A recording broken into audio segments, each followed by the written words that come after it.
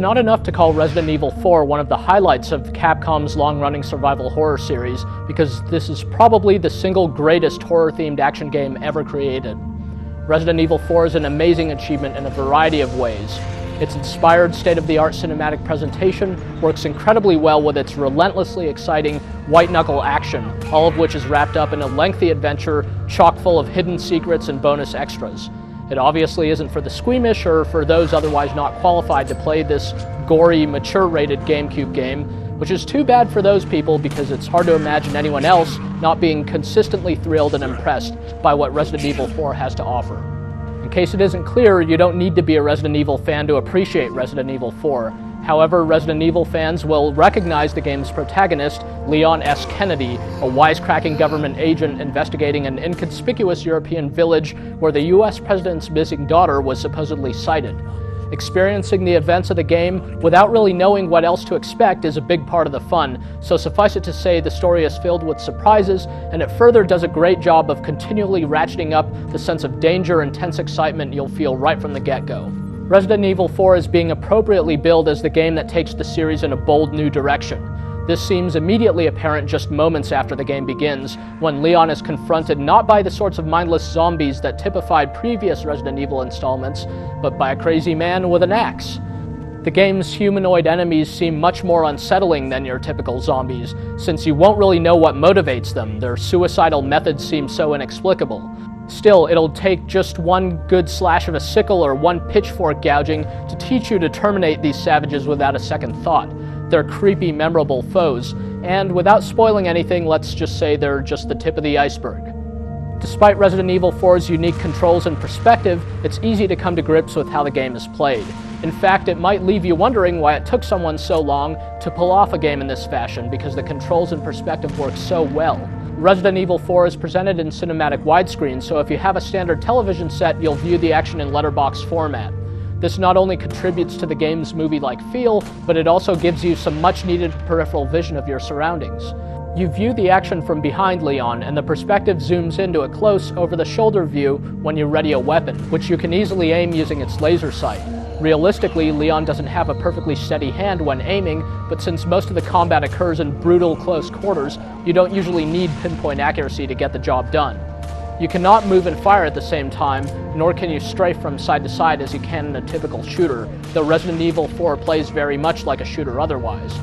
The zoomed view while aiming works great for drawing a bead on your enemies, but you naturally lose some of your situational awareness in the process because you can see more of your periphery when you're not focusing on what's in front of you. This dynamic has an exceptional way of heightening tension, since your foes love to try to surround you. They move and behave with frightening realism in the context of the game, and overall the enemy design in Resident Evil 4 is truly outstanding. There are many things that look terribly lifelike and are going to send a chill down your spine, making you desperately want to kill them before they kill you first in some sort of horrible fashion. Fortunately, the controls feel like they're tuned just right to give the game the same sort of pacing inherent to an action horror movie. The game expertly makes you feel that you're both watching a freaky, nail-biting movie about Leon and actually walking in his shoes. In fact, despite the high quality of the action, some of the best moments are the purely suspenseful ones, when you're exploring while knowing full well that things aren't going to remain this quiet for long. Possibly the best thing about Resident Evil 4's actual gameplay is the incredible amount of care and attention to detail that clearly went into the core action. Leon's arsenal will expand to include shotguns, rifles, and automatics, and each of these causes a wholly satisfying and convincing result when used in any fashion against a given foe. For example, you can trip up an axe-wielding lunatic by shooting him in the knee, and then you can put him out of his misery with a subsequent shot to the head. Or you can stagger an enemy by shooting him in the midsection and then send him careening into his cohorts with a mighty roundhouse kick. Incendiary grenades cause foes to burst into flames, while other explosions cause Leon to steady himself from their intense heat and blasts. The game features some subtle use of realistic physics and plenty of great little touches, such as how Leon can opt to either quietly open a door or violently kick it open. Many other context-sensitive actions are available throughout the game, giving you the impression that Leon is highly versatile and just possibly capable of dealing with all the horrors he'll have to confront here. One of the wonderful ways in which Resident Evil 4 plays with shooter conventions is that shooting things in the head isn't a surefire way to kill every foe, even though it often results in a spectacular splattering of all kinds of nauseating substances. Though the weapons in Resident Evil 4 have a terrifically powerful feel to them, the game somehow manages to make its enemies seem like they're superhumanly strong as well, so you'll naturally start to consider new, unintuitive types of tactics. The feeling that you're heavily armed and yet faced with an unnatural enemy is often what makes the game seem so intense, which makes moments when you feel desperate and helpless seem that much more poignant when they occur. Resident Evil 4 is an action-adventure game with a heavy emphasis on action. There's rarely any question about where you're supposed to go next or what you're supposed to be doing, even though some of the environments are actually quite open-ended. The game is so action-packed that even some of the seemingly non-interactive cinematic cutscenes require fast reflexes on your part, so don't you dare put down the controller. A quick button press will cause you to make Leon avoid certain death, while a lack thereof, well, you'll see. Deviously, the button presses are randomized so that even if you memorize the circumstances of when you need to react, you'll still need to be careful. The game's occasional puzzle elements seem almost like concessions to die-hard fans of the series, since they're rather simplistic and definitely take a backseat to the core shooting. But despite the downplaying of the puzzle elements, this is no mindless shooter, so you'll definitely need to think on your feet and take advantage of the environment to defeat some of your enemies.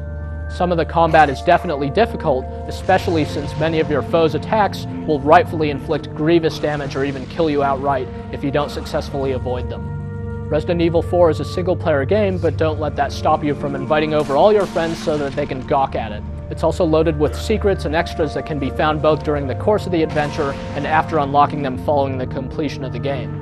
There's definitely a lot of lasting value here beyond the initial playthrough, and not just because it would naturally be fun to play through multiple times, but because there are clear incentives to go back through at least once again, as well as to explore some of the other extras.